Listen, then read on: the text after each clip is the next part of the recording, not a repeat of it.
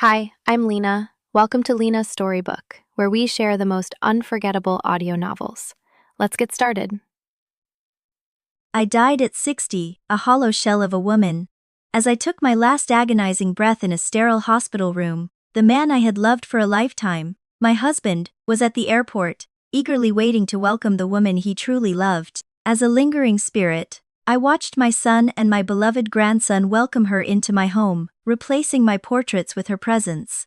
I realized then that I had never been loved. When I opened my eyes again, the scent of death was gone. I was 24. Standing freezing outside New York City Hall, waiting for William to marry me. I touched my flat stomach, pulled out my phone, and called him. "Don't bother coming," I told him, my voice devoid of the desperate warmth it once held. "I'm going to end the pregnancy. You're finally free." Outside the Manhattan Marriage Bureau, couples were laughing, hugging, and sharing passionate kisses beneath the lightly falling snow. They were celebrating the beginning of their forever. Meanwhile, I stood entirely alone by the cold stone pillars, burying half of my face into my wool scarf. I rubbed my numb, frostbitten hands together, and stared blankly at the bustling street. The icy wind biting at my cheeks felt painfully real. I really had come back. I was 24 years old again. Today was the day William Vance and I were supposed to get our marriage license. He had only agreed to marry me because of the child growing in my womb. I had loved William for 7 long years, ever since I was 17. We had crossed the line during a drunken night at a college party. After that, I became the woman he kept hidden in the shadows. I was at his beck and call, easily dismissed, easily summoned. I was as obedient and lifeless as a porcelain doll. Everyone in his elite Upper East Side circle knew he had a docile girlfriend who asked for nothing, demanded no money, and just followed him blindly. Yet, I was never allowed to appear in front of his friends. Once I had gone to his corporate office to drop off some documents. Through the crack of his mahogany door, I heard one of his wealthy friends ask, "Why don't you ever bring your little lover out for us to meet?" William had casually replied, "She is just a bedmate to cure my boredom. There is no need to bring her into the light." Before that moment, I had genuinely believed we were in a relationship. It was his cold dismissal that finally clarified my position in his life. I was just a convenient, obedient warm body. Devastated, I had sent him a text that day. "Let's end this." He didn't even bother to reply. He simply vanished from my life. That was until a few months ago. He had shown up at my tiny apartment drunk and disheveled. "Chloe, I miss you so much. Please don't leave me," he had begged. Because of that one rare display of emotional vulnerability, I foolishly forgave him. He was incredibly gentle that night, whispering my name over and over. He had kissed my stomach, his eyes glazed with a strange obsession.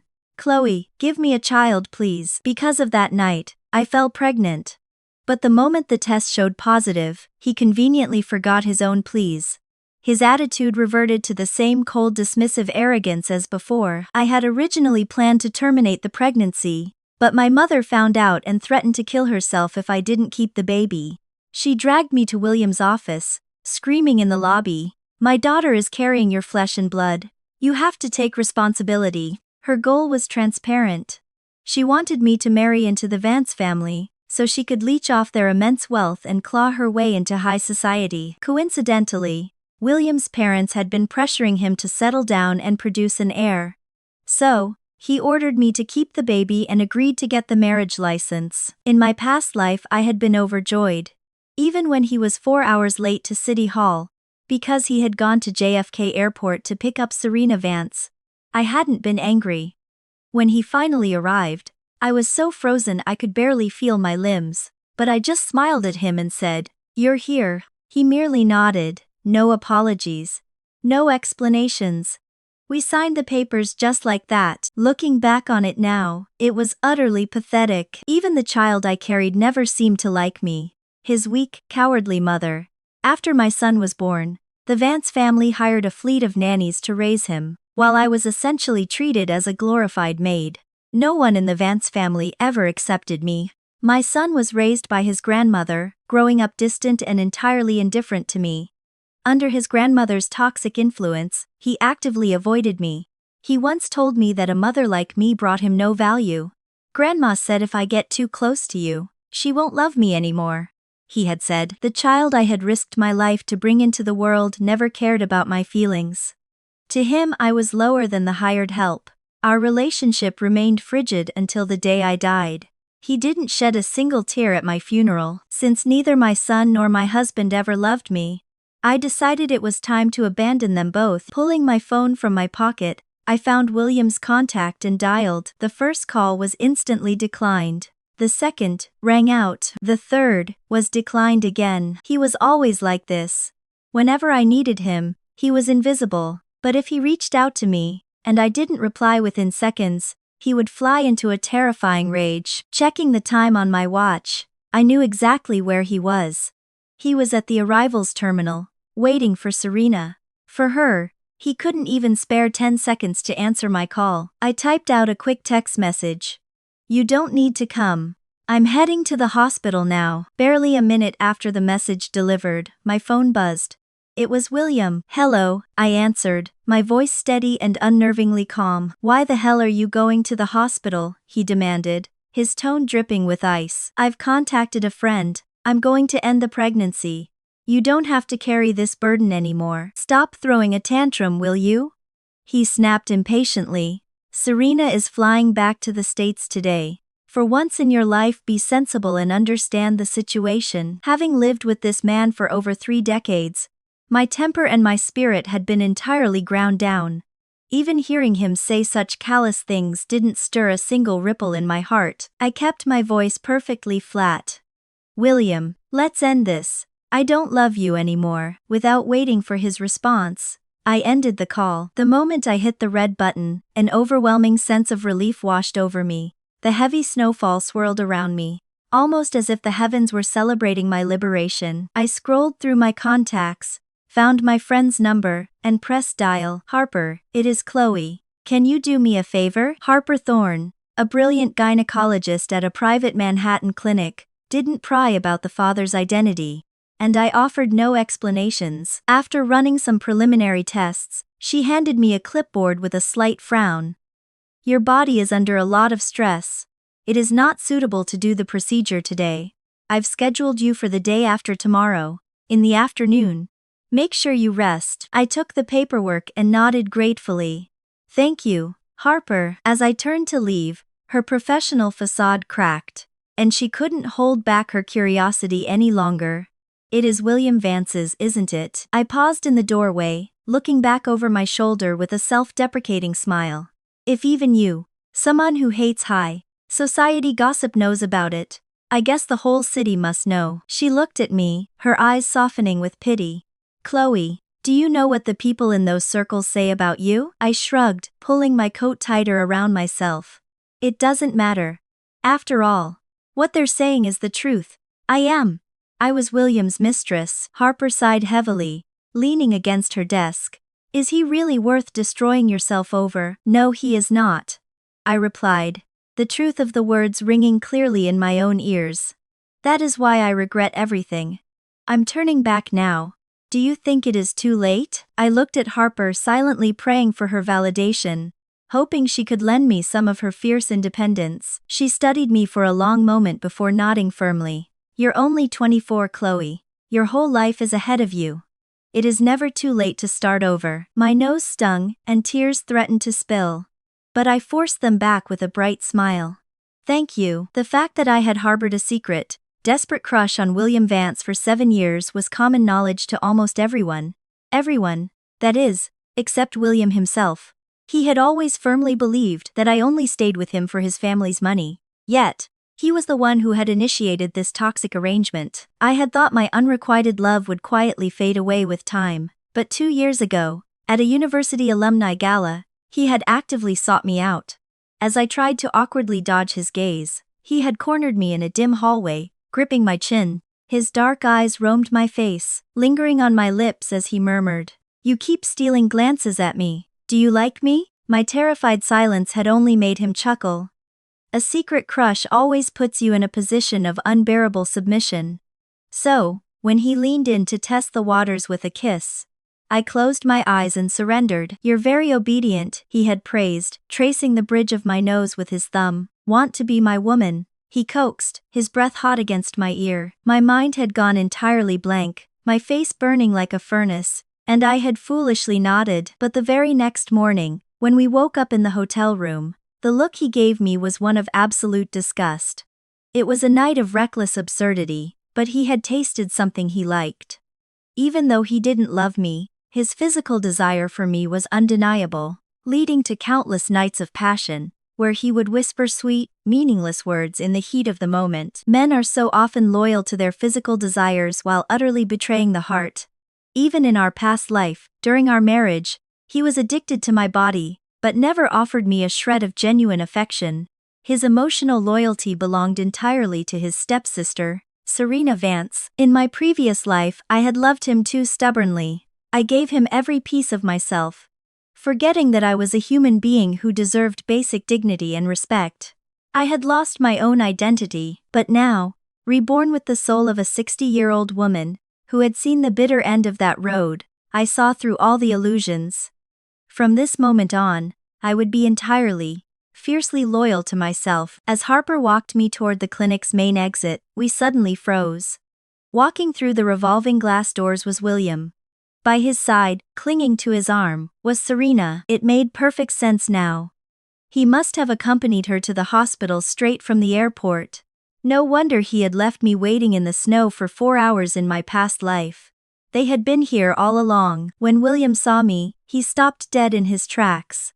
Shock flickered across his handsome features, and he stared at me unblinkingly. Slowly, that shock morphed into a dark simmering rage. Harper shot him a look of pure disdain, then grabbed my arm to pull me toward a side exit. Suddenly, a large hand clamped down hard on my forearm.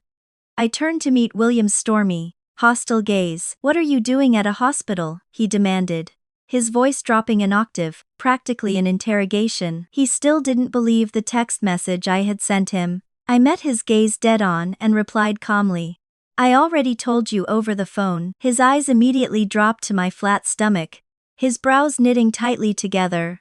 "You actually went through with it?" "Not yet. It is scheduled for the day after tomorrow." A flicker of relief crossed his face, and the dark hostility in his eyes lessened just a fraction. Beside him, the young woman wearing a designer beanie and a silk face mask looked at me with wide innocent eyes. "Who are you?" she asked softly. Harper was about to tell her off, but I quickly stepped in front of her. "My name is Chloe Hayes. I'm an old high school classmate of your brother's." Serena turned her head to look at William. As if waiting for him to confirm my identity, William's jaw clenched tight. He looked away, refusing to say a single word. I forcefully yanked my arm out of his grasp and offered a polite, distant smile. "You two look busy. I'll get out of your way." As I turned, William reached out and grabbed my wrist again. He looked at me, his mouth opening, as if he wanted to say something, but the words wouldn't come. "Mr. Vance," I said coldly, "your sister looks incredibly pale. You really should focus on getting her to her doctor." Harper swatted his hand away, linking her arm securely through mine, and pulling me back. "William, we went to the same university. Show some class and act like a gentleman. Harassing people in public is just pathetic." With that, she pulled me out into the crisp winter air. As she helped me into a waiting cab, Harper gave me a heavy, knowing look. "Chloe, bringing a child into the world when it isn't expected or wanted by its parents, it is just sentencing that child to a life of suffering. Do you understand what I'm saying?" How could I not understand? I was exactly that kind of child. To my own parents, I was nothing more than a tool to extract wealth. I looked Harper straight in the eyes. "I promise you, I am never turning back." "Don't promise me," she said gently. "Just make sure you do right by yourself." She shut the car door and waved me off. I smiled as the cab pulled away. Harper had always been like that, sharp-tongued but possessing the kindest heart. "Where to, miss?" the driver asked. "The Horizon Apartments, please." It was a luxury penthouse William had purchased for me. After we had started our twisted arrangement, he found booking hotel suites too tedious and bought the apartment solely to house me. He claimed it was a gift, but the reality was that it was just a convenient stash house for his mistress. Every time he came over, it was purely to vent his physical frustrations. Almost every inch of that penthouse held memories of our physical encounters. If I stayed there one more night, I knew I would be physically sick. By the time I finished packing my limited belongings into 2 suitcases, the sun had set, casting long dark shadows across the expansive living room. I poured myself a glass of water, took a sip, and then realizing, he hated it when people touched his things. I threw the crystal glass directly into the trash can. Anything I had tainted, he wouldn't want anyway. Best to throw it all out. Just as I grabbed the handles of my luggage, the electronic keypad on the front door beeped, and the heavy oak door swung open. William stepped into the penthouse, bringing the freezing winter chill in with him. The atmosphere in the room instantly plummeted. "You're here," I said smoothly, not missing a beat. "Perfect timing. I wanted to let you know I've finished packing. I've made sure not to leave a single trace of myself behind. If you're still worried about the hygiene, you can have a professional cleaning crew sanitize the place tomorrow." I gripped my suitcases and walked confidently toward the door. Intending to brush right past him, he reached out and clamped his hand over the handle of my suitcase, stopping me dead in my tracks. He tilted his head, his brow deeply furrowed. "What exactly are you throwing a tantrum over this time?" I looked up at him. He was tall, impeccably dressed in a tailored wool overcoat, with deep, piercing eyes that could make any woman swoon. But the way he looked at me contained only impatience and cold detachment. I offered a small, genuine smile. "I'm not throwing a tantrum, William. I just don't love you anymore. It is really that simple." His handsome, sculpted face darkened instantly. His grip shifted from the suitcase handle to my wrist, his fingers digging into my skin. "Let go, you're hurting me," I said, frowning in annoyance. "Was there something else?" "Your parents are already waiting at the Plaza Hotel," he said, his voice laced with warning. "If you walk out now, what are you expecting them to do?" Hearing him mention my parents made me let out a dry, bitter laugh. "The only person they care about is you, William. They don't give a damn whether I'm there or not." In my previous life, William's parents had invited mine to a formal dinner to discuss the wedding arrangements after we got our license. But because William had received a panicked phone call from Serena right after we left City Hall, he had quite literally abandoned me on the side of the road. I had shown up to the dinner alone, only to be viciously berated by my own parents. They screamed that since my future husband didn't even bother to show up, I had no right to sit at the table and embarrass them. The dinner was a disaster. I sat there for 2 agonizing hours as both families openly mocked and belittled me. William's parents saw right through my parents' greed, and firmly believed I had intentionally trapped William with a pregnancy just to extort the Vance fortune. From that day onward, they treated me like trash. If it hadn't been for the air in my belly, they never would have allowed me through their doors. Checking the time mentally, I knew Serena's phone call was due any minute. "William, let me repeat myself," I said, my voice hardening. "We are finished. I am not going to use this child to blackmail you, and I will never bother you again. Now, let go of me." My sudden shift from a submissive, soft-spoken girl to a woman with ironclad boundaries clearly caught him off guard. What exactly is wrong with you today?" he asked, genuine bewilderment flashing in his eyes. He had every right to be surprised. Just a few hours ago, I had been a desperately devoted woman willing to wait in the snow for him. Was my English not clear enough? I enunciated slowly. "I don't love you anymore." Right on cue, his custom ringtone blared through the tense silence. It rang for several seconds, but he didn't make a move to answer it. His eyes locked on mine. I looked at his pocket. "You'd better answer that. It might be Serena." At the mention of her name, his eyelashes fluttered. His grip on my wrist finally loosened. He pulled the phone out, shot me a complicated glance, and swiped to answer. Instantly, his entire demeanor shifted. The cold arrogance vanished, replaced by an intoxicating gentle patience I had never once been on the receiving end of. "Don't panic, Serena. It is a normal side effect of the new medication. Just take deep breaths," he murmured softly. "Be a good girl. Let me handle something here first." "I know. I'll be there soon." Serena had been diagnosed with a severe heart condition years ago. 3 years prior, she had been sent to Switzerland for specialized treatments, but she had never fully recovered. Serena and William were step-siblings. Her mother had married William's father when they were teenagers. This taboo, underlying romantic tension between them, was the elephant in the room William refused to acknowledge. He had started using me as a physical outlet entirely, to run away from his forbidden feelings for Serena. Throughout our 30-plus years of marriage in my past life, he had never once let her go. Her name was the ultimate trigger. If I ever dared to speak ill of her, he would explode. 3 decades of my quiet companionship couldn't hold a candle to her memory. No matter how much blood, sweat, and tears I poured into our marriage, I could never replace Serena Vance in his heart. He hung up the phone and turned back to me. After pocketing his phone, William reached out and cupped my face. His thumb stroked my cheek in a mockingly tender gesture. "Be a good girl, Chloe. Just wait here. Let me go get Serena settled at the estate. And then I'll come back to spend the evening with you." The tone was coaxing, but looking into his eyes, all I saw was the same deep-seated impatience. In my past life I was exactly this pathetic. Whenever he offered me the slightest scrap of affection or a soft word, I would instantly retract my claws like a well-trained cat, curling up in his lap and letting him do whatever he pleased with me. In William's mind, I was the easiest conquest in the world, cheap, low maintenance, and utterly obedient. Give me a piece of candy, and I'd follow him anywhere. He was absolute in his conviction that his little speech would be enough to make me stop causing a scene. I calmly reached up, peeled his hands off my face, and turned my back on him. "Chloe Hayes," he roared, his facade of patience completely shattering. I didn't stop walking. I pulled open the heavy front door and stepped out into the hallway. Before I could reach the elevator, he was out the door chasing after me. "If this is some new game you're playing to get my attention, I'm warning you right now.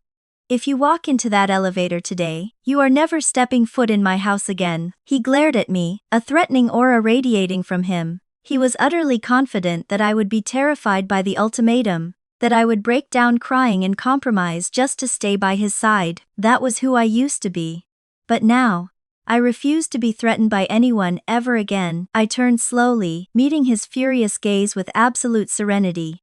"Don't worry, William. I will never ever come back." In my previous life, during our marriage, I had once tried to test his love by throwing a tantrum and running away from home.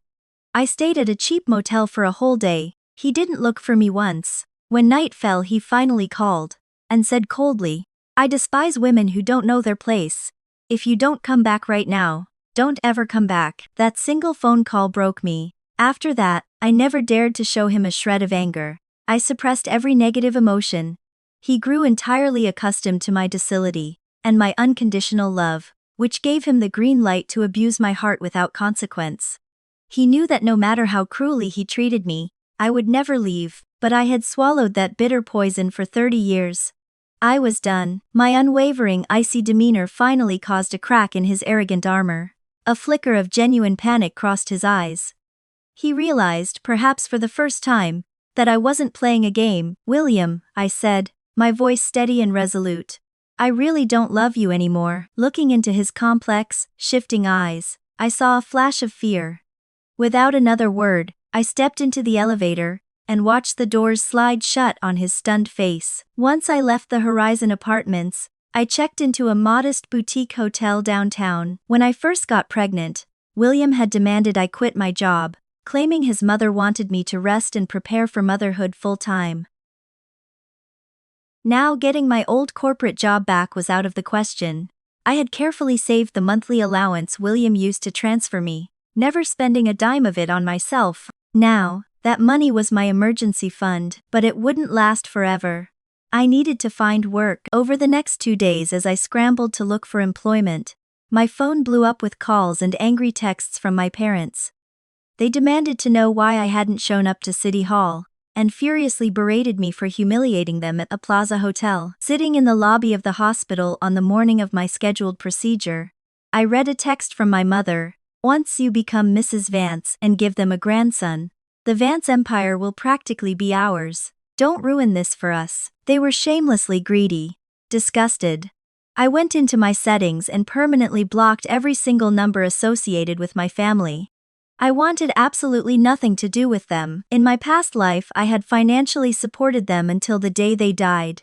And even on their deathbeds, They had tried to force me to fund my lazy older brother's lifestyle. I had already repaid my debt of life to them in the last timeline. I owed them no moral obligation in this one. This time, I was living for myself. Putting my phone away, I stood up and navigated the hospital corridors toward Harper's wing. As I turned a sharp corner, I collided heavily into someone's chest. "I'm so sorry," I murmured, stepping back instinctively. When I looked up, the apology died in my throat. Standing before me, looking furious and exhausted, was William Vance. Before I could even process his presence, his hand shot out, gripping my wrist like a vice, and he began dragging me toward the exit. "What the hell are you doing?" I yelled, struggling against his iron grip, but he was too strong. I couldn't break free. "William, we have absolutely nothing to do with each other anymore. You have no right to control where I go." He suddenly slammed on the brakes. I stumbled, crashing into his hard back. "I have every right," he snarled, looking down at my stomach. "Because I am the father of the child you're carrying. The moment I get rid of it, you won't be." I fired back, glaring up at him without an ounce of fear. "You wouldn't dare," he hissed. "It is my body. Why wouldn't I dare?" William's eyes went dark with rage. He reached up, his fingers digging painfully into my jawline. "If you dare touch that child, I will make sure your father's pathetic little startup goes bankrupt by tomorrow morning. Try me." I didn't flinch. I just smiled peacefully. "Be my guest." My father's business was built on shady illegal practices anyway. In my past life, when it inevitably went bankrupt and accrued massive debts, I had to beg William on my hands and knees to bail him out.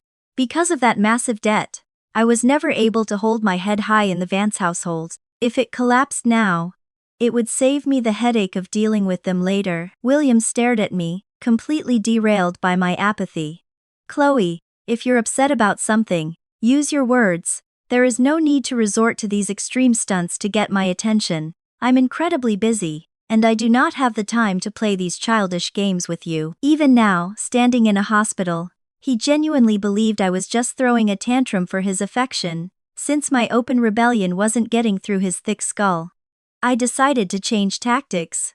I needed to get away from him to make my appointment. "Fine," I said softly, lowering my eyes. "I'll stop acting out." Seeing me revert to my docile self, the tension drained from his shoulders, and his brow finally smoothed out. "Good. Come back to the apartment with me," he said, his tone softening into something almost gentle. "We'll go get the marriage license this afternoon." I nodded quietly. "Okay." He escorted me to the hotel, collected my luggage, and drove me straight back to the Horizon penthouse. He had no idea that I had left all my crucial identification documents, my passport, and the property deed securely with Harper. Taking my clothes meant nothing. The second we walked through the door of the penthouse, he pushed me against the wall and crashed his lips onto mine. "I've been too busy lately. I know I've neglected you," he murmured thickly, his hot breath ghosting over my neck. "I'll make it up to you properly today." A wave of revulsion shuddered through me as his lips trailed down my collarbone. After countless encounters, he knew exactly where I was sensitive, exactly how to play my body like an instrument to make me surrender. But physical desire requires a foundation of love. Now that the love was dead, his expert touches felt like worms crawling over my skin. I felt absolutely nothing. He was putting in more effort than usual, almost as if he was trying to reward me for my good behavior. As he pressed me down onto the plush sofa, I stiffened and tested the waters. "Be careful, the baby." "I asked the doctor," he whispered against my skin. "It is safe to be intimate now. I'll be gentle." My heart, which had been perfectly calm, sank like a stone. To him, I was merely a vessel for his airs and a toy for his pleasure. Just as his kisses grew frantic and his hands grew bolder, his phone rang, the custom ringtone. "Serena." He froze, holding his breath like a thief caught in the act, and pressed a finger to my lips, signaling me to be quiet. "Hello, what is wrong?" he answered, his voice instantly shifting to that sickeningly gentle tone. Even without speakerphone, I could hear Serena sobbing hysterically on the other end. "William, I'm so scared. Please come sit with me, please." William's eyes flooded with undisguised heartache. "Don't be scared, Serena. I'll be right there. Come right now. I'm terrified." William glanced down at me, his eyes dark with unresolved lust. He swallowed hard, then lowered his voice into the receiver. I'm dealing with an emergency at work. Once it is handled, I'll be right over. A cold smirk formed in my mind. His legendary love for Serena was currently losing a battle against his lower anatomy. Seeing him practically trembling with suppressed desire, a dark, vindictive urge bloomed inside me. I purposefully reached down, grabbed his leather belt, and unbuckled it with a sharp clack. I let out a soft, breathy moan. William. My stomach hurts a little, be gentle. He inhaled sharply, his eyes widening in pure panic. He looked like a deer in headlights, terrified that Serena had heard me. He abruptly ended the call, throwing the phone onto the coffee table. You're not being a good girl, he growled, gripping my chin, a dark, threatening look in his eyes. I calmly let go of his belt, shoved him hard in the chest and sat up. I pulled my blouse tightly around my shoulders. You'd better go. If you keep her waiting, her heart might give out, and she'll end up in the ICU. I'll deal with you tonight, he warned, hurriedly adjusting his belt and grabbing his coat. He was practically sprinting for the door. Before he left, he turned back. Wait right here for me. I know, I replied dismissively. I stood by the floor-to-ceiling windows and watched his black Porsche speed out of the underground garage. The moment he was out of sight, I grabbed my coat and left the penthouse for the final time. On my way down, I made a phone call to a luxury real estate broker.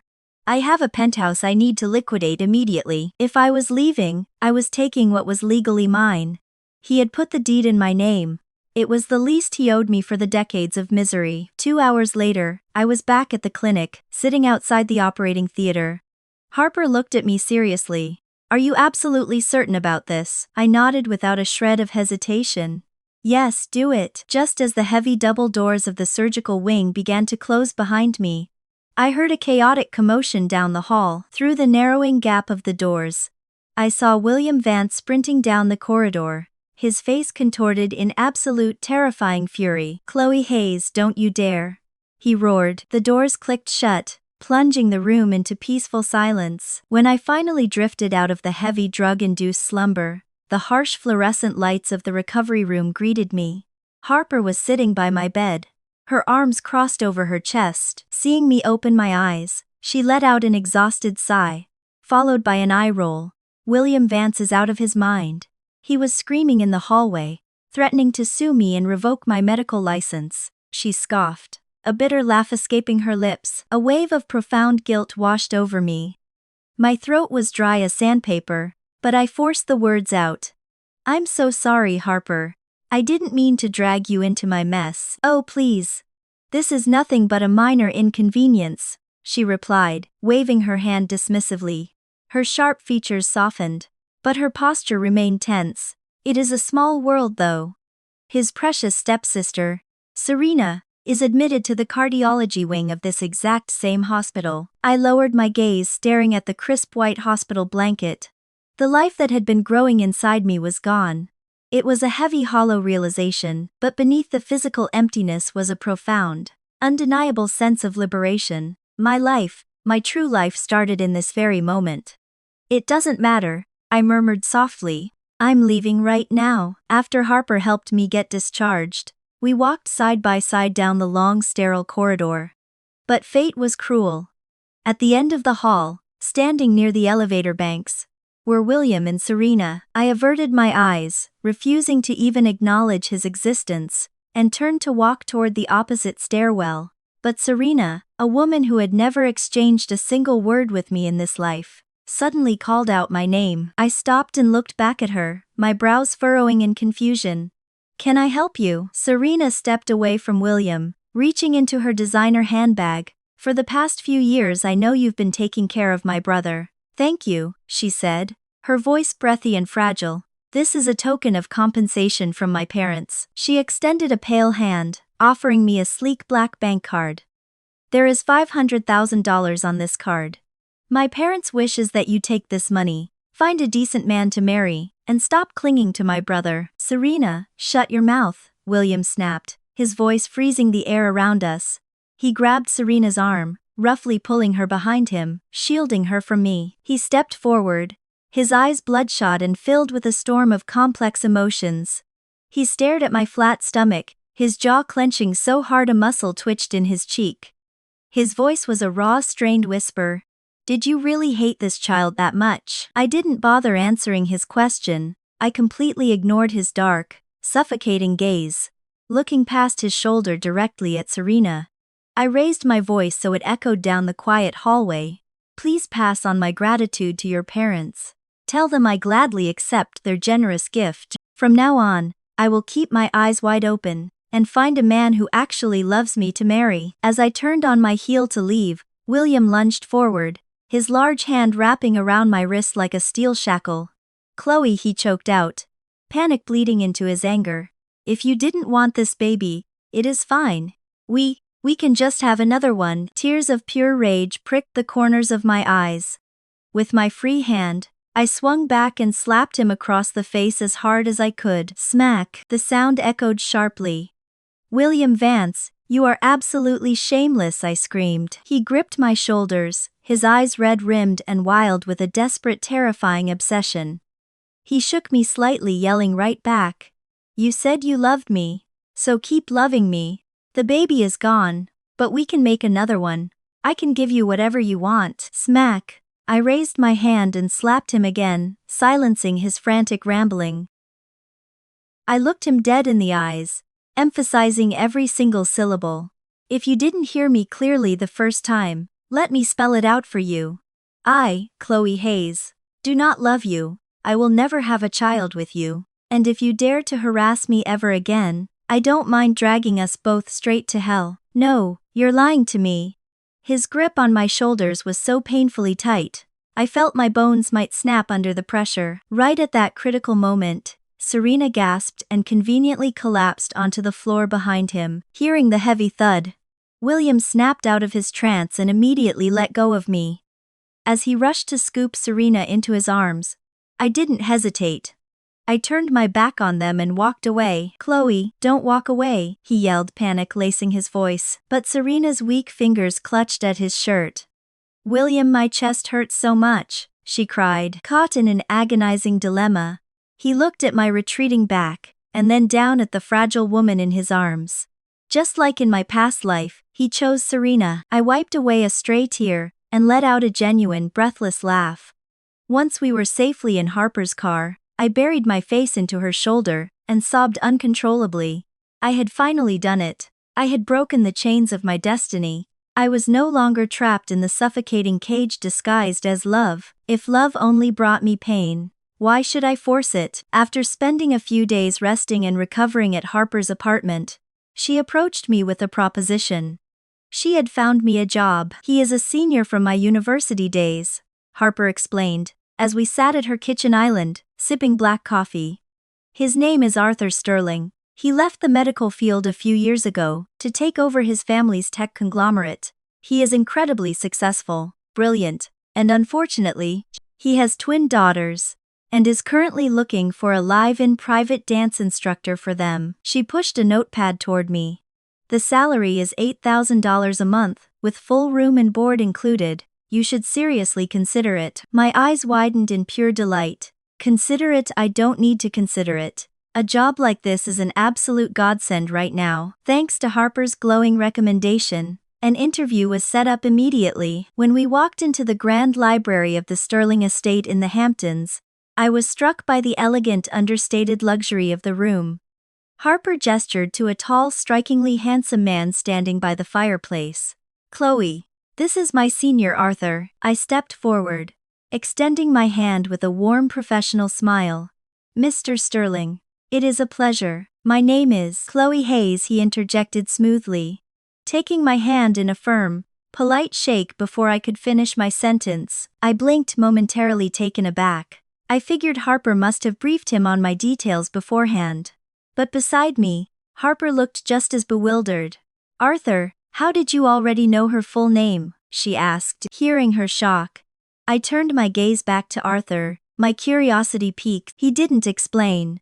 He simply offered a faint, enigmatic smile, and gestured gracefully toward the plush leather sofas. Please, have a seat. The interview went exceptionally well. Arthur was highly respectful, and his twin daughters, Lily and Rose, immediately warmed up to me. When the conversation inevitably turned to compensation, Arthur folded his hands on his lap and looked at me intently. "I'll offer you $12,000 a month. If you feel that is insufficient, Miss Hayes, we can negotiate further." "What?" I gasped. Hadn't Harper explicitly said the budget was $8,000? I shot Harper a confused look, but she merely shrugged her shoulders, looking just as baffled as I was. "Mr. Sterling, that is far too generous," I said, offering a nervous, apologetic smile. The corners of his lips curved upward, and his gaze turned deeply serious. "Your talent as a dancer, Chloe, cannot be quantified by a mere $12,000. My breath hitched. "Do you know me from somewhere?" "5 years ago, I had the privilege of watching you perform at the International Grand Prix. Your dance was breathtaking, an absolute masterpiece. I've never forgotten it." A flush of shame crept up my neck and I lowered my head. "Thank you. But I haven't danced seriously in years. I am a shadow of who I was." Harper squeezed my knee under the table, offering a supportive smile. "Don't sell yourself short, Chloe, I believe in you." After getting married to William in my past life, I had completely abandoned my career and my passion, sinking my entire existence into being a subservient housewife. The endless, mind-numbing domestic chores had consumed all my time, leaving no room for the ballet I loved. Moreover, William actively despised my dancing. He constantly belittled my profession, claiming that prancing on a stage was entirely beneath the dignity of the future Mrs. Vance. I had been locked away like a decorative canary in a gilded cage, existing only for my master's pleasure. My craft had been neglected for over 30 years. Even though my physical body was 24 again, my soul felt rusty. I was terrified I would never regain my former skill. Sensing my deep hesitation, Arthur leaned forward. "A true genius may lay dormant, but as long as you have the courage and confidence to take that first step, you will inevitably reclaim your place at the very top." His unwavering belief lit a spark in the dark, empty cavern of my heart. I looked up, determination solidifying in my chest, and nodded. "Thank you, Mr. Sterling. I accept the position. I'll pour everything I have into teaching your daughters." I moved into the Sterling estate that very weekend.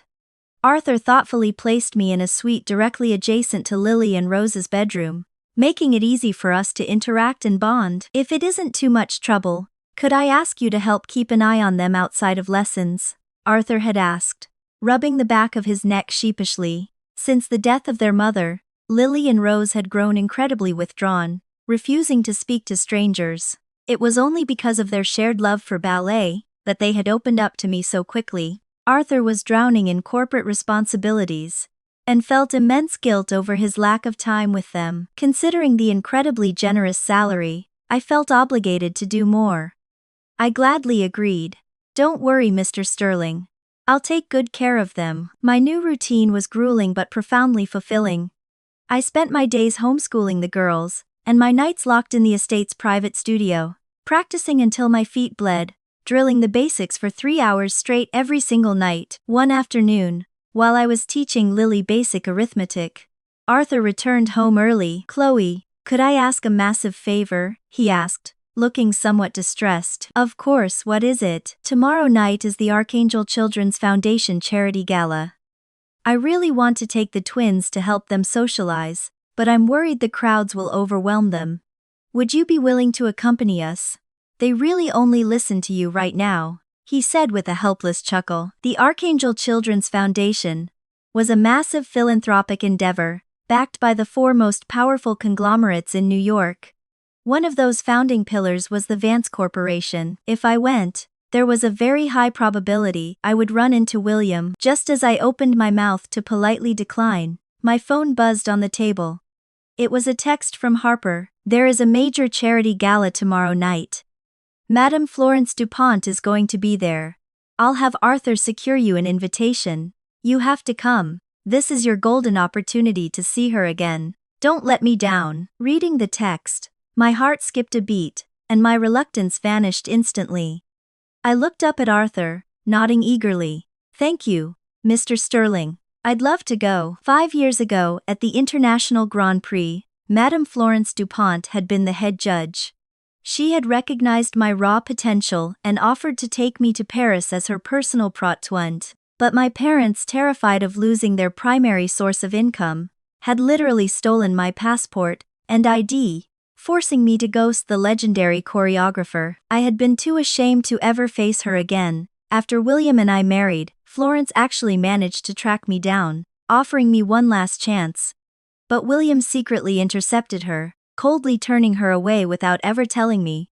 After that ultimate insult, Florence washed her hands of me completely. The night of the Archangel Children's Charity Gala arrived, draped in the glittering opulence of the Pierre Hotel ballroom. Despite Arthur's best efforts, Lily and Rose had a severe panic attack while getting dressed and refused to leave the house. To prevent a meltdown, Arthur let them stay home with the nanny, but he insisted I still attend. I arrived at the gala walking alongside Harper, who was on a mission. She had come specifically to bid on a rare blue sapphire necklace as a milestone birthday gift for her mother. When the necklace finally hit the auction block, the starting bid was an eye-watering $3 million. Without blinking, Harper raised her paddle. $3.5 million. The bidding war that followed was vicious and rapid. Sitting in the velvet-lined chairs, I watched in absolute awe. The casual way these elites threw around millions of dollars was a reality I would never truly comprehend. Leaning closer to me over the noise of the auctioneer, Arthur whispered, "Chloe, there is a specific item up for auction tonight. A pair of custom point shoes, handcrafted by Madame Florence's late mentor, the legendary maestro Julian Astor. Since you're planning to reintroduce yourself to Florence tonight, you shouldn't go empty-handed. Do you want me to win those shoes for you to present as a gift?" The idea of gifting Florence something created by her beloved mentor was brilliant. But doing the mental math, even if I combined my life savings with the $500,000 Serena's family had given me, I barely had $2 million. Affording a priceless artifact made by Julian Astor was a pipe dream. The excitement that had momentarily flared in my chest died down. I shook my head gently. "No, thank you. A masterpiece by Maestro Julian is far too expensive. I couldn't possibly." Arthur smiled warmly. "I can purchase them for you. Consider it in advance.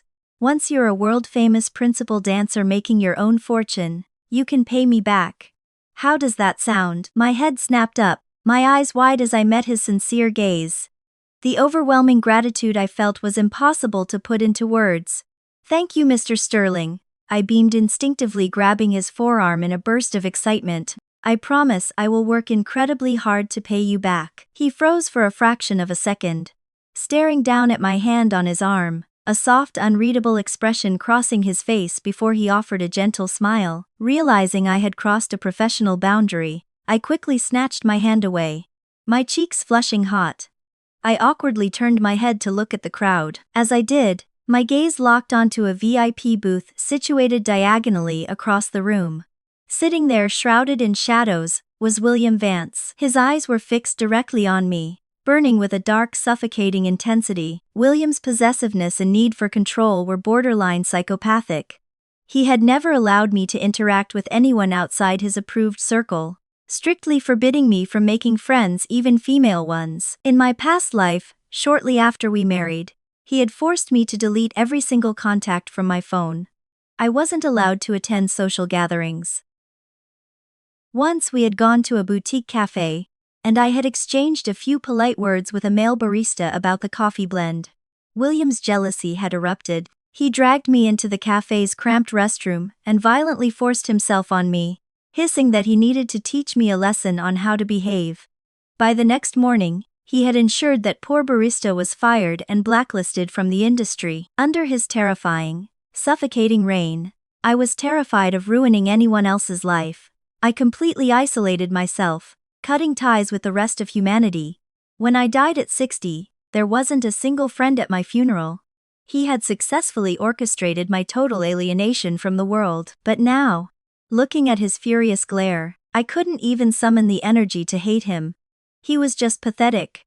I shot him a look of absolute freezing apathy, then turned my attention back to the stage. "Sold for $5,100,000. The auctioneer shouted, pointing to Harper's raised paddle. She had won the necklace. Watching Harper smile triumphantly, A profound wave of melancholy washed over me. Some mothers raise daughters who loved them enough to spend millions on their birthday. My mother didn't even deserve the breath it took to call her mom. The lights dimmed, and the auctioneer cleared his throat, commanding the room's attention. The next item was brought out under a pristine glass cloche. It was the final pair of point shoes ever designed by Maestro Julian Astor before his death. They were aptly named Angel's Feather, engineered specifically to push the boundaries of human movement. Maestro Julian's dying wish was to find a dancer whose soul could truly appreciate and conquer these shoes, the auctioneer declared, deliberately pausing for dramatic effect. The crowd leaned in, murmuring in intense curiosity. I looked at Arthur, my eyes wide. What is happening? Do you remember the piece you danced at the Grand Prix 5 years ago? He asked softly. I nodded slowly.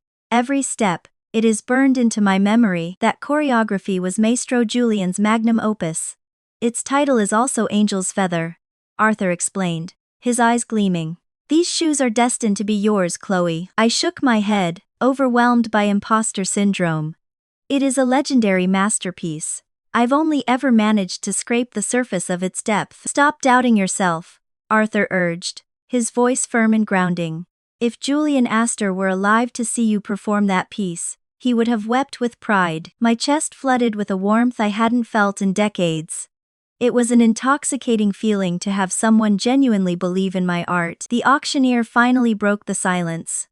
These shoes have no monetary price. Maestro Julian donated his entire fortune to the Archangel Foundation before his passing. He left only one unyielding condition for these shoes. The winner must put them on tonight. Step onto this stage, and flawlessly perform his masterpiece, Angel's Feather. Furthermore, the performance must be judged and approved by his final apprentice, Madame Florence Dupont. If you meet her standards, the shoes are yours. The entire ballroom erupted into chaotic whispers. My heart plummeted.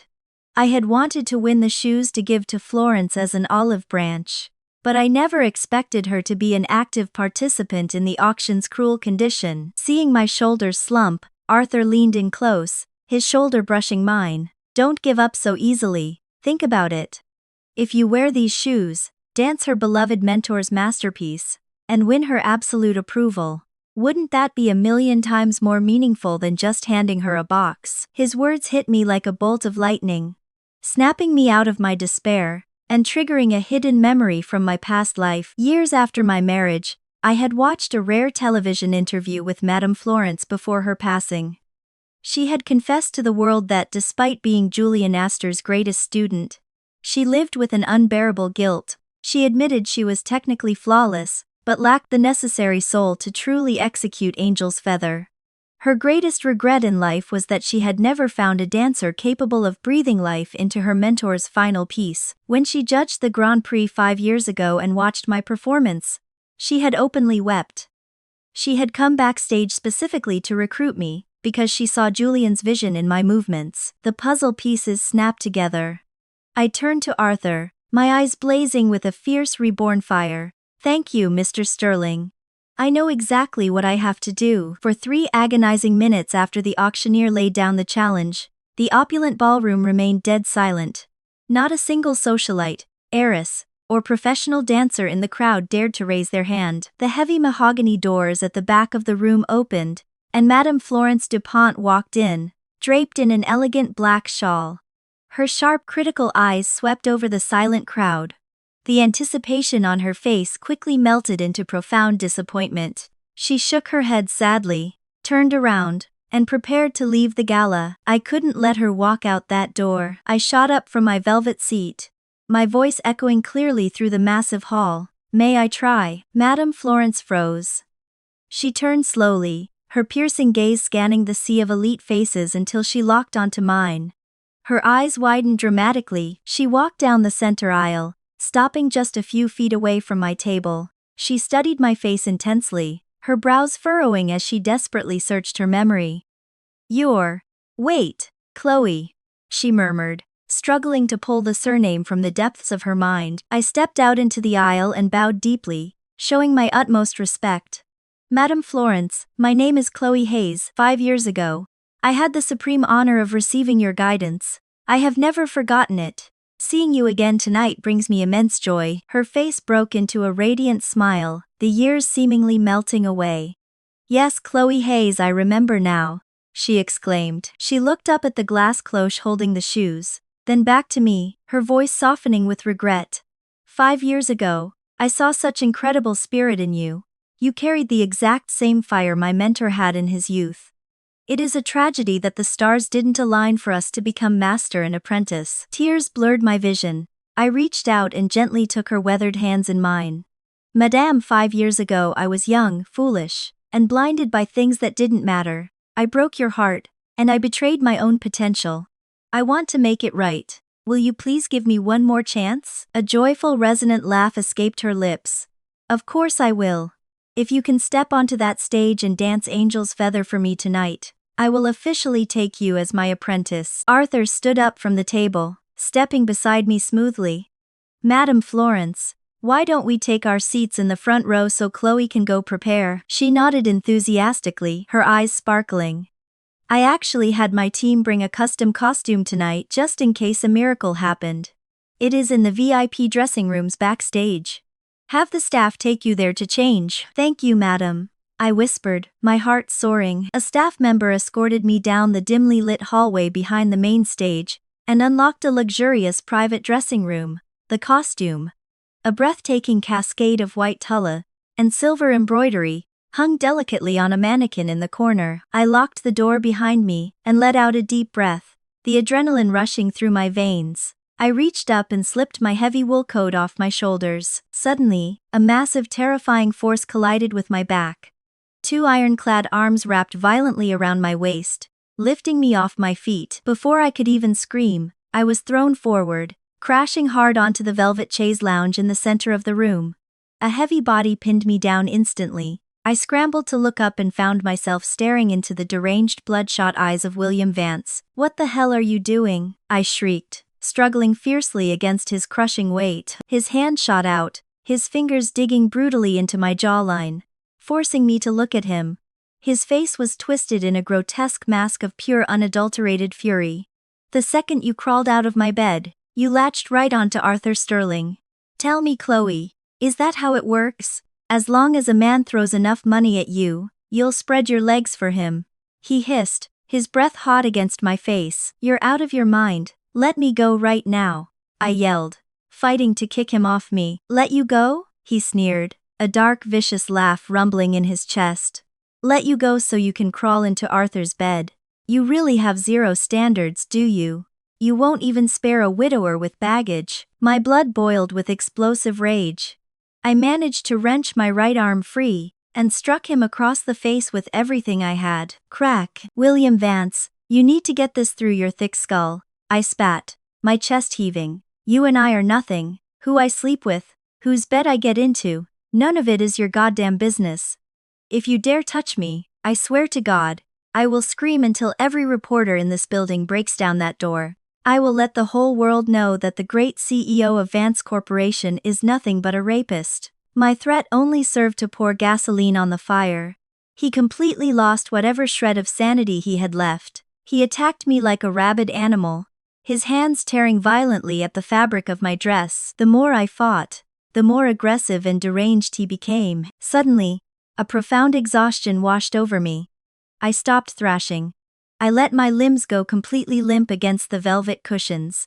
I closed my eyes and let out a soft, broken, utterly disappointed laugh. William, I whispered to the dark ceiling, do you want to know the real reason why I changed so drastically? He froze. His frantic hands stopped tearing at my clothes. He hovered above me, his chest heaving. His dark eyes suddenly filled with deep, paranoid confusion. Why? He rasped. A single tear slipped from the corner of my eye, sliding down my temple and sinking into the velvet beneath my head. You probably won't believe this, I said, my voice eerily calm and detached.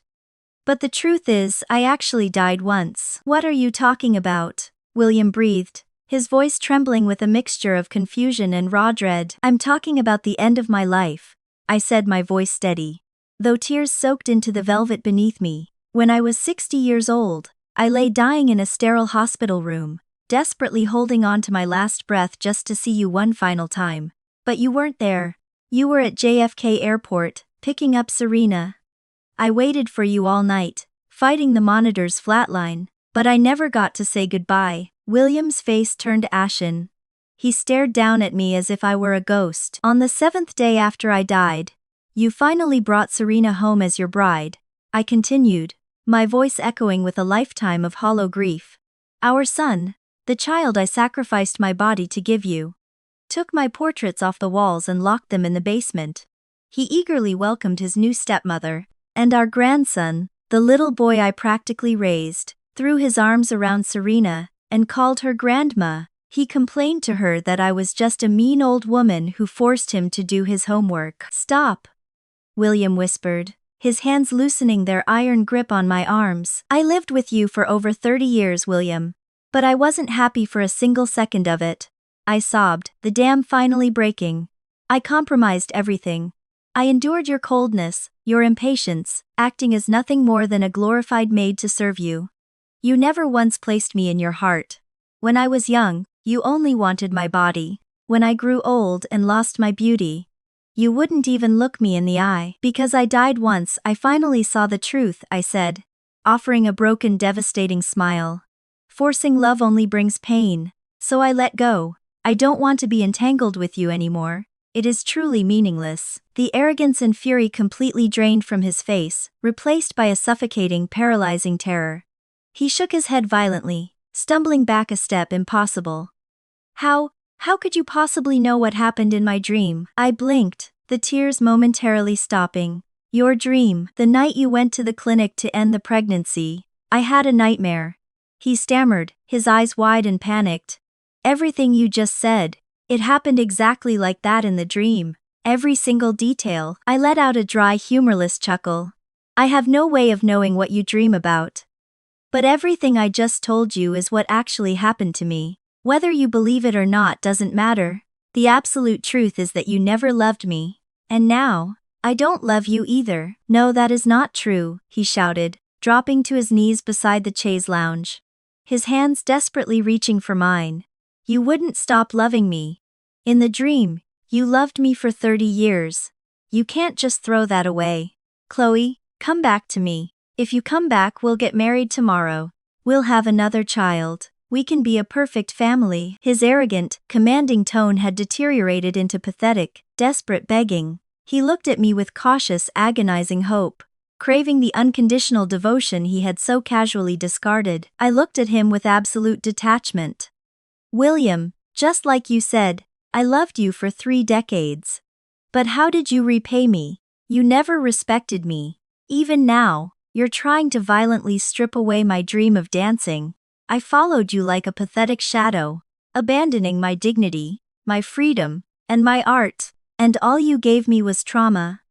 If 30 years of humiliation isn't enough to make me turn back, what would be the point of getting a second chance at life? No, you can't do this, he roared, the panic morphing back into dark obsession.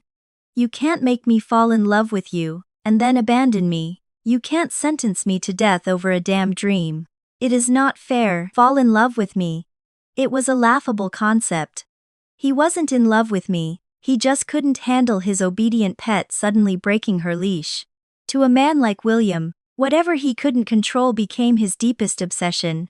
He ignored those who worshipped him and groveled for those who rejected him.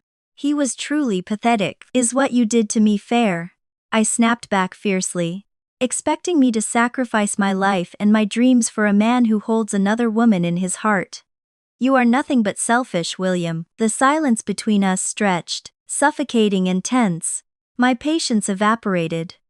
William, let me go before I start to truly hate you. Instead of retreating, a twisted smile formed on his lips. Good, hate me then. Hatred is better than being forgotten, he snarled. Before I could react, he lunged forward, crushing his lips against mine. He pinned both of my wrists above my head with one massive hand, his eyes burning with toxic possessiveness. You are my woman, Chloe. I won't let anyone else taint you. Let me go, I screamed, thrashing wildly. We'll just make another baby, Chloe, please. He coaxed, a terrifying mix of force and desperate pleading. My screams for help were muffled entirely by his brutal kiss. Just as my strength began to give out, a thunderous crash shattered the room. The heavy oak door was violently kicked open from the outside. Arthur Sterling burst into the room, his eyes blazing with a protective fury I had never seen before. He grabbed William by the collar of his tailored suit, ripped him off me, and delivered a sickeningly loud punch straight to William's jaw. William stumbled backward, blood pooling in the corner of his mouth. He looked at Arthur with the feral, murderous gaze of a cornered wolf. "You're dead, Sterling," he roared. William, who was extensively trained in mixed martial arts, lunged at Arthur. A brutal fight broke out, and Arthur, a businessman who rarely resorted to physical violence, was quickly put on the defensive as William pulled his arm back, aiming a devastating blow directly at Arthur's eye. Pure adrenaline surged through me. I scrambled off the couch and threw myself directly in front of Arthur, squeezing my eyes shut and bracing for the impact. The blow never landed. I opened my eyes to see William's bruised fist trembling violently, stopping merely an inch from my forehead. The sheer force of his halted punch generated a breeze that swept across my skin. "Do you have a damn death wish?" William screamed at me, his voice breaking in agony. I stared him down without flinching. "If someone has to die in this room tonight, William, let it be me. Hit me." His eyes widened, bloodshot and brimming with tears. He gnashed his teeth, his chest heaving as if he couldn't breathe. "Chloe, what do I have to do? What do I have to do to make you come back to me? I told you, we are finished. Stop harassing me. Your obsession is disgusting," I yelled. The fiery rage in his eyes instantly extinguished, replaced by an abyss of absolute despair. Tears finally spilled over his lashes. He stumbled backward, collapsing onto the edge of the chaise lounge, burying his face in his hands as a broken hysterical laugh erupted from his chest. "It was just a dream.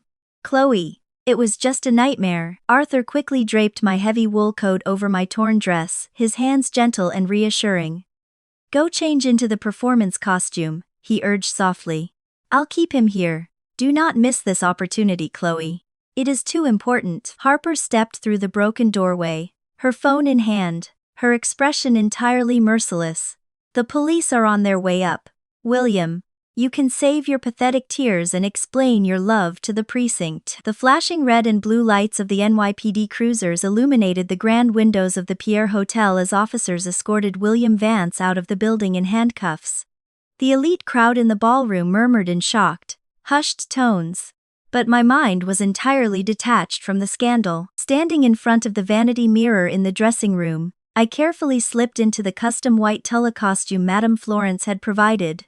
As I laced the ribbons of Angel's Feather, Maestro Julian's final masterpiece, around my ankles, a profound stillness washed over me. Having lived a full agonizing life of 60 years, I had seen the bitter end of human cruelty, and the tragic futility of unrequited love. The trauma that had once paralyzed me was gone. I had washed away the leaden weight of my past life, protecting the pure, unyielding core of my true self. When the stage manager signaled my cue, I stepped out from the heavy velvet curtains and onto the illuminated stage of the grand ballroom.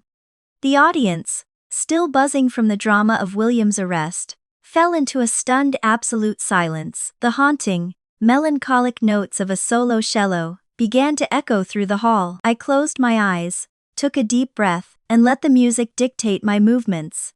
Angel's Feather was notoriously difficult, not because of its technical leaps, but because it required the dancer to embody a divine purity, an angel trapped in a mortal cage, desperately fighting for ascension. To dance this piece with an angel's pure heart was akin to dancing alongside the gods themselves. I didn't just perform the choreography, I lived it. Every extension of my arms was a release of the 30 years of suffocation I had endured in the Vance household. Every grand jeté was a leap away from the timid, battered soul of the woman who died alone in a hospital bed. I poured my grief, my liberation, and my rebirth into the polished wooden floor. When the final, triumphant chord struck, I sank to the ground in the closing pose, my chest heaving, tears of pure, unadulterated joy streaming down my face. For 10 seconds the ballroom was dead silent.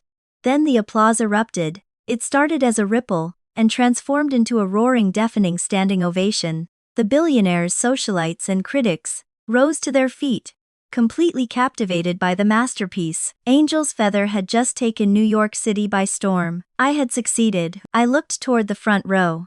Madame Florence Dupont was standing, her hands covering her mouth as hot tears streamed down her elegantly aged face. She bypassed the stairs entirely, rushing up to the edge of the stage with an agility that defied her age. "You did it," she wept, reaching out to grasp my hands. "Julian, my mentor. He would have been so endlessly proud of you." True to her word in front of the entire elite echelon of the city, Madame Florence formally accepted me as her exclusive protégée, right then and there. And, as promised by the rules of the auction, the priceless Angel's Feather Point shoes officially became mine. The next few days were a whirlwind of media coverage and intensive training at Madame Florence's private, highly secured estate in upstate New York. I had officially moved out of Arthur's home, though I promised the twins I would still visit them. Meanwhile, William Vance was sitting in a holding cell at Rikers Island. Given his staggering wealth and the Vance family's political connections, I had assumed he would be bailed out immediately. But Arthur had pulled his own strings, employing a team of ruthless prosecutors to ensure bail was fiercely contested. A week into my training, the heavy iron gates of Florence's estate buzzed. The head of security informed me I had visitors. Sitting in the opulent parlor, I watched coldly as Serena Vance and William's parents were escorted into the room. The usual arrogance that radiated from the Vance elders was completely gone. Serena looked frail, her eyes swollen from crying, while William's father looked as though he had aged 10 years in a week. They had come to beg for a formal letter of forgiveness. "Chloe, please," his mother pleaded, gripping her designer handbag so tightly her knuckles were white. "We know William was entirely out of line. But if you press forward with these charges, it will destroy the Vance Corporation's stock. It will ruin our family." "He hurt me," I replied icily, sipping my tea. "Why should I care about your stock?" Serena stepped forward, tears pooling in her doe eyes. "Chloe, we promise you, if you sign the settlement and release him, my parents will immediately put him on a private jet. We will take him to Europe. We will absolutely never let him come near you or harass you ever again." I remained silent, weighing my options.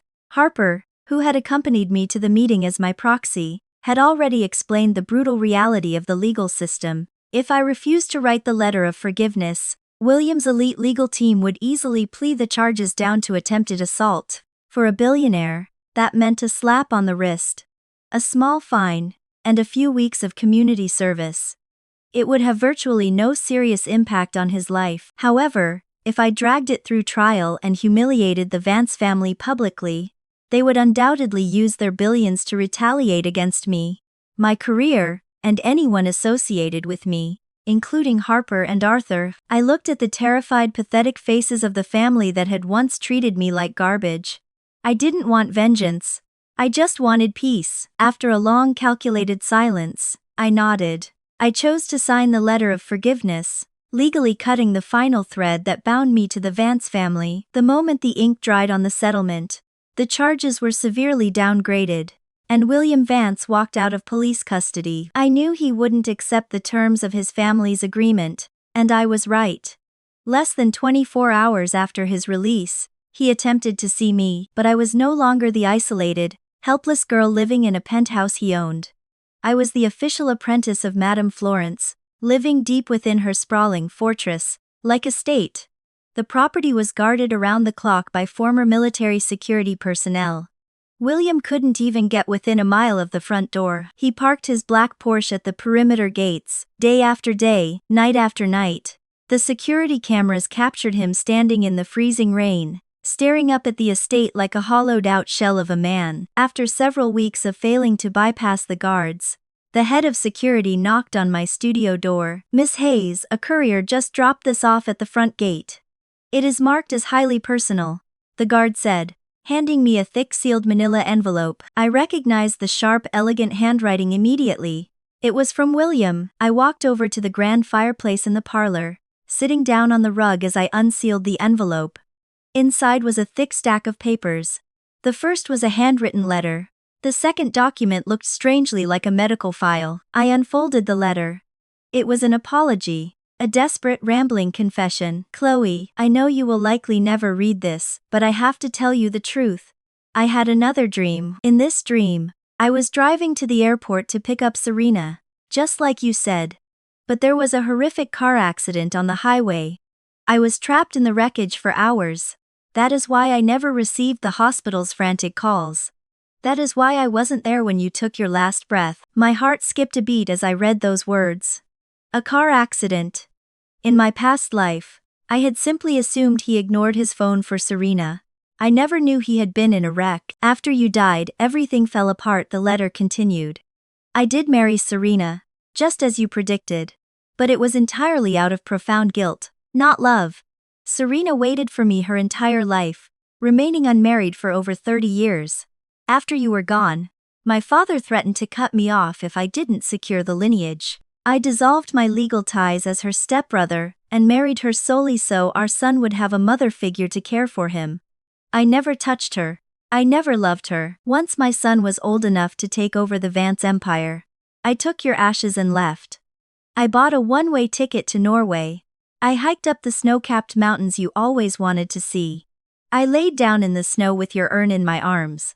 And I never woke up. I stared at the heavy parchment, my mind reeling. In my previous life, during a rare moment of postcoital intimacy, William had asked me if there was anywhere in the world I wanted to travel. Norway, I had whispered into his chest. He hadn't replied. But weeks later, he announced he had a business trip to Norway, and told me to pack my bags so I could accompany him and take care of his needs. On the morning of our flight, Serena had a sudden heart palpitation. He cancelled the trip immediately. I sat alone in JFK Airport for 10 hours, watching the planes take off, until I realized he wasn't coming. But in this life, I had never mentioned Norway to him. Not once. If his dream included him taking my ashes to Norway, then he wasn't just dreaming. He was seeing the actual continuation of my past life. Long after my soul had departed, I kept reading. The moment you truly left me, Chloe, I finally realized the catastrophic truth. I cannot exist without you. I confused my childhood guilt over Serena's illness with love, using her as a shield to hide my overwhelming feelings for you. I was a coward. I didn't realize my own heart until you were already dead. I know it is too late. I know you loathe me, but I will spend the rest of my miserable life waiting at your gates, lying to myself that maybe, one day, you'll walk out and forgive me. A deep, quiet sigh escaped my lips. Looking at this heart-wrenching confession, my soul felt utterly, remarkably peaceful. When you truly stop loving someone, this is what it feels like. Absolute freedom. I had clawed my way out of the suffocating prison of his love, but William had taken the very same cage and locked himself inside, throwing away the key. Curious, I picked up the second document. It was a certified surgical record from a prominent New York urologist. I let out a harsh, disbelieving laugh. William had gotten a permanent vasectomy. He had attached a final sticky note to the medical file to prove my loyalty to you, and as penance for the child we lost. If I cannot have a child with you, Chloe, I would rather die without a wife or an heir. He was punishing himself, destroying his own bloodline out of sheer regret. I gathered the letter, the surgical documents, and the envelope, and tossed them directly into the roaring flames of the fireplace. I watched the edges curl and blacken, burning them as an offering to the timid broken Chloe Hayes of the past life who had died waiting for him. The brutal freezing winter of upstate New York slowly melted into a vibrant, blossoming spring, but the black Porsche parked at the perimeter gates of Madame Florence's estate never moved. For 6 grueling months William Vance maintained his pathetic vigil. He had essentially abandoned his corporate empire, leaving the Vance Corporation in the hands of a board of directors, who were growing increasingly panicked by his erratic behavior. He sat in his car day and night, staring at the wrought iron gates, hoping for a glimpse of the woman he had thrown away. The security team offered to have him forcibly removed for loitering, but I simply shook my head. Let him stay, I told the head of security, watching the distant silhouette of his car through the rain-streaked window of the dance studio. He is battling ghosts of his own making. It has absolutely nothing to do with me. And it was the truth. The profound apathy I felt toward him was the greatest armor I could have ever forged. I no longer hated him. I simply did not care if he existed at all. Instead of dwelling on the man rotting outside the gates, I poured every ounce of my soul into the grueling, beautiful discipline of ballet. Madame Florence was a merciless but brilliant mentor. Under her watchful, demanding eyes, the rust of 30 years of domestic servitude was painstakingly chipped away. My muscles tore and rebuilt themselves, my calluses hardened, my extensions grew higher, and my balance became absolute. Every drop of sweat that hit the hardwood floor was a baptism, washing away the timid, broken housewife, and revealing the formidable artist underneath. During the 4th month of my training, Arthur Sterling visited the estate, bringing Lily and Rose with him. The twins ran into my arms, burying their faces in my tulle skirt. They had blossomed under their father's renewed attention, their previously withdrawn personalities giving way to bright, childlike laughter. They missed their favorite teacher, Arthur said, his eyes warm and respectful as he stood by the grand piano. He looked around the sunlit studio, noting the rows of worn point shoes lined up against the mirror. But I can see their teacher is busy conquering the world. I have a lot of lost time to make up for, I replied, offering him a genuine peaceful smile. We had tea in the garden. Arthur didn't press boundaries. He didn't offer grand declarations of romance or try to play the white knight. He was a man who understood the profound gravity of grief and rebirth. When it was time for them to leave, he simply shook my hand. The stage in Paris is going to be incredibly lucky to have you, Chloe, he said softly. By the end of the 6th month, Madame Florence officially announced her retirement from active choreography in the United States. She had decided to return to her roots in Europe and establish a permanent residency at the Paris Opera Ballet. As her sole prochuanchuang with her, the day we packed the last of our trunks into the waiting SUVs. I looked out the window one final time. The black Porsche was still there, coated in a layer of summer dust. William was leaning against the hood, his once immaculate suit wrinkled, his face gaunt and shadowed with a permanent haunting sorrow. As our motorcade swept past the gates, his eyes met mine through the tinted glass. I didn't flinch. I didn't look away. I simply watched him fade into the distance until the road curved. And William Vance was gone from my life forever. The international terminal at John F. Kennedy Airport was a chaotic symphony of rolling luggage, tearful goodbyes, and crackling intercom announcements. But standing near the first-class lounge check-in, a pocket of absolute calm surrounded me and Harper. She had insisted on driving me to the airport, claiming she needed to personally ensure I actually got on the plane, and didn't let my bleeding heart drag me back to the city. You know me better than that now, I laughed, adjusting the strap of my carry-on. Harper smiled, but her sharp eyes softened with an uncharacteristic vulnerability. She reached out and smoothed the stray lock of hair behind my ear. I'm just so damn proud of you, Chloe. To see you standing here, looking like you own the world.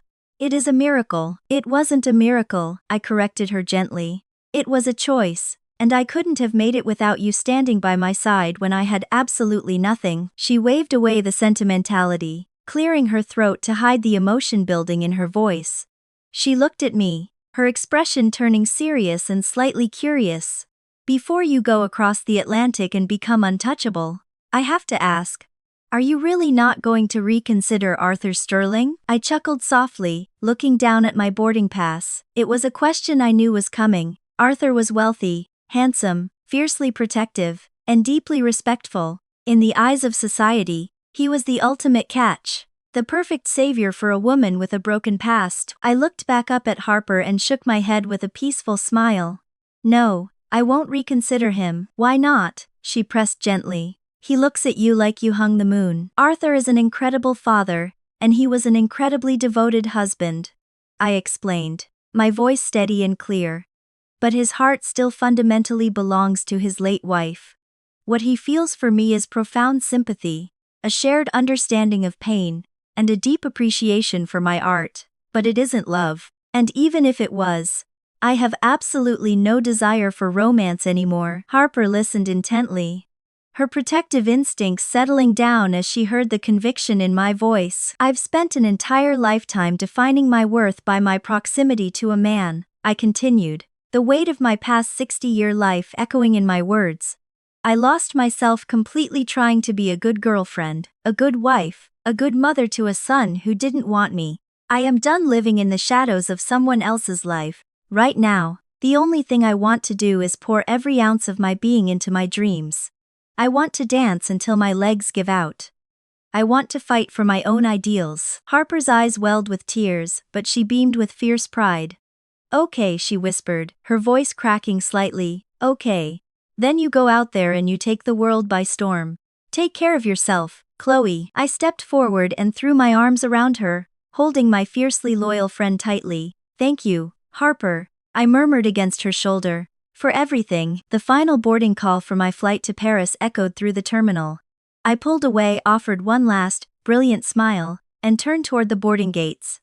I didn't look back. The New York skyline, with all its gilded cages and dark memories, disappeared behind me. The transatlantic flight was blissfully quiet. Madame Florence had taken a sleeping pill shortly after takeoff, and was resting comfortably in the pod next to mine. The cabin was dimly lit, the only illumination coming from the soft glow of the reading lights, and the vast, starry expanse visible through the reinforced glass of the airplane windows. Hours passed. According to the digital flight map on my screen, we were currently cruising at 35,000 feet. I opened the window blind slightly and looked out. The plane was flying directly over the airspace of Norway. Far below, illuminated by the ethereal, ghostly glow of the northern lights, were the jagged snow-capped peaks of the Norwegian fjords. It was a landscape of unforgiving cold, profound isolation, and terrifying, raw beauty. I pressed my forehead against the cool glass, my mind drifting back to the letter William had sent me. He had written that in his dream, in the reality of my previous death, he had brought my ashes to these very mountains. He had laid down in the freezing snow, holding my remains, and allowed the cold to claim his life. He had turned Norway into a graveyard of his regret. But looking down at the pristine, endless white expanse now, I didn't feel the suffocating weight of his tragedy, his choices, his guilt, his dramatic end. They no longer anchored me. Norway wasn't a tomb. It was a blank canvas. As I stared down at the icy peaks, the reflection in the airplane window seemed to shift. The youthful face of 24-year-old Chloe Hayes faded, and for a fleeting magical moment, I saw the ghost of my past self. I saw the 60-year-old woman I had been. Her hair was a brilliant, striking white. The heavy wrinkles of sorrow and exhaustion that had mapped her face were gone, smoothed away by a radiant, untethered peace. She was no longer confined to a sterile hospital bed, hooked up to machines, waiting for a man who would never come. Down there, amidst the freezing winds and the endless expanse of the Norwegian mountains, she was dancing. She wasn't wearing a hospital gown. She was wearing the magnificent tulle of angel's feather. She moved with a grace that defied gravity and age. Her arms swept through the freezing air, her legs executing flawless jets across the snowdrifts. There was no audience to applaud her. There was no husband to belittle her. There was no son to ignore her. She was entirely alone. It was a profoundly lonely image, but it was also the most breathtaking, romantic sight I had ever witnessed, because she was finally dancing just for herself. She was the absolute master of her own soul. A single tear slipped down my cheek, warm and liberating. I smiled at the white-haired ghost dancing in the snow, offering her a silent final farewell. She had suffered so I could live. She had died so I could be reborn. I slowly pulled the window blind down, shutting out the freezing Norwegian night. I reclined my seat, wrapped the cashmere blanket around my shoulders, and closed my eyes. Tomorrow, I would land in Paris. Tomorrow, the music would start again, and this time, I would never miss a single beat. That's all for today. I'm Lina. Don't forget to like and subscribe for more amazing stories every week. Thanks for watching.